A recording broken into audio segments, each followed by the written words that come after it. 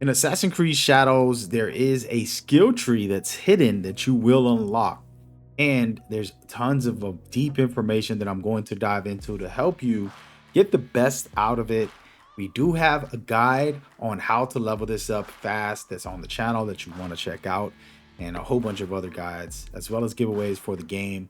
But this video right here is going to get you the secrets. So as you can see right now on this build, I pretty much almost maxed out. I got 12 more points that I can use, and pretty much all these things are top tier, and it feels good. It plays well, and I'm loving the game because of that.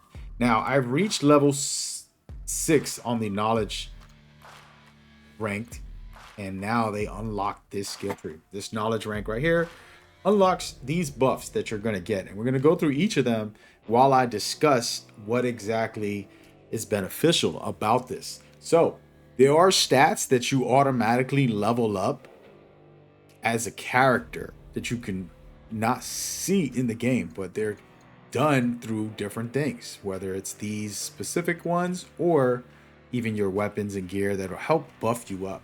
Now, with this brand new system, you're going to be able to go up to 7 and 8 and unlock the new ones that we're going to go through.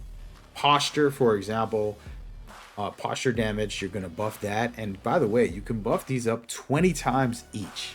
So you can have a play style that's very unique and amazing, in my opinion, because let's say you're playing YASUKE and you want to have a little more stealth or something different, you can throw it in here to work for that. Same thing with NAOE. She can probably be more deadly and more powerful.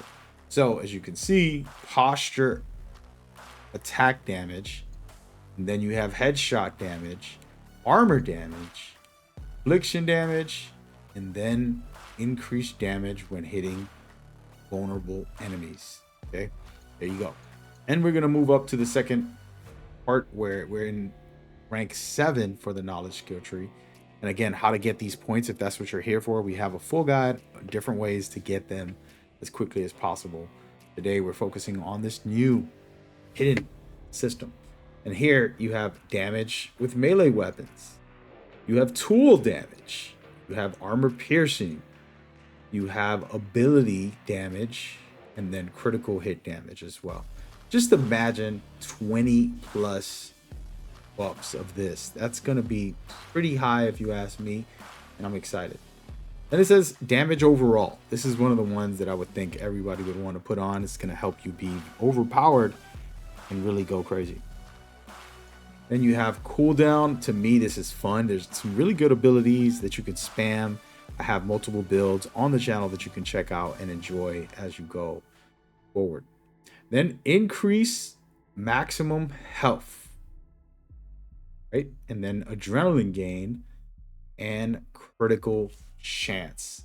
So here's the thing, guys. When you're making a build and you're playing with your character, which I'm going to showcase right now, I don't have anything crazy on our lovely NAOE. She has posture attack remains after dodging. So that's kind of what this build is right now for the moment, right?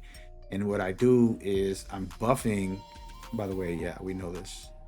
I'm buffing the katana that she has at the moment. Now, if I was to switch it to the Korigama or Tanto, then all of a sudden I'm going to make my build around the type of buffs that you get. And so this is very critical because you can put on very cool things. See how this buff right here says 15% stats plus stats for katana only equipped. So I only have a katana. So I'm capable of getting this buff for all of my stats all around on everything, which is going to help. And then of course you would complement that and find other pieces that work well with this as you go forward, and we'll run through and see if there's one specific item that's like, hey, this is going to help for what I'm looking for right now. And then you can keep on adding to that build and playstyle so you can buff it as max as possible, right?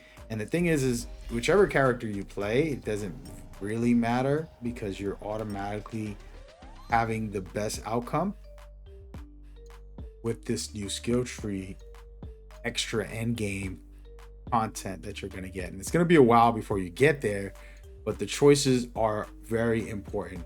Generally on the first one, and this is my recommendations, again, when by the time you watch this video, I've played enough of this game.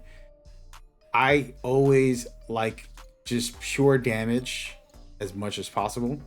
So for example, posture damage is very good if you like doing charge attacks, of course. And then there's things like headshots, which I do a lot when I play Yasuke because I'm pulling out the bow and arrow or the gun and I'm just shooting people with it consistently. Very nice.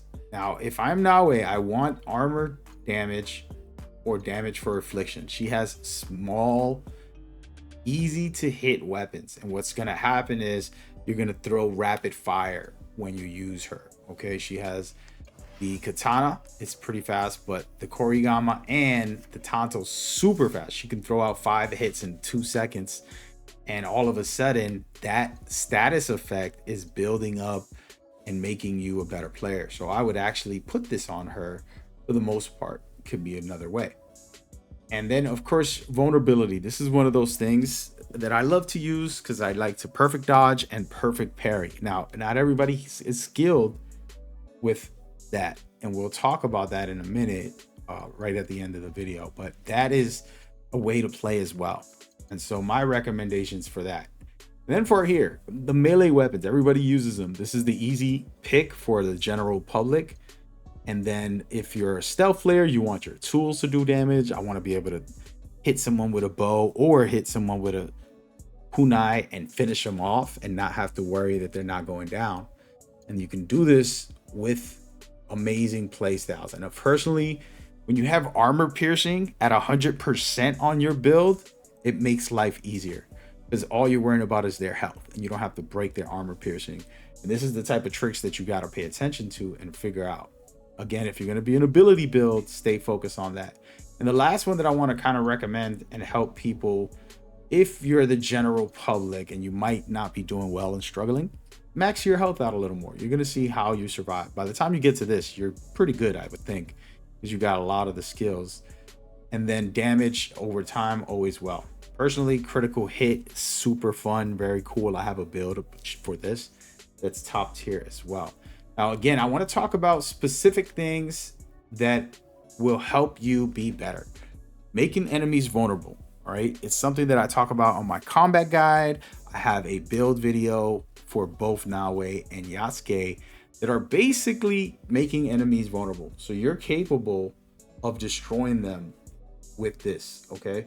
So make sure you take the time and test it out. If you're skilled enough, try it out, learn to perfect parry, learn to perfect dodge, and the game's gonna be so much easier and you're gonna love it and you can thank me later. And speaking of that, I have those popping up on the screen now, so go check those out. See you there.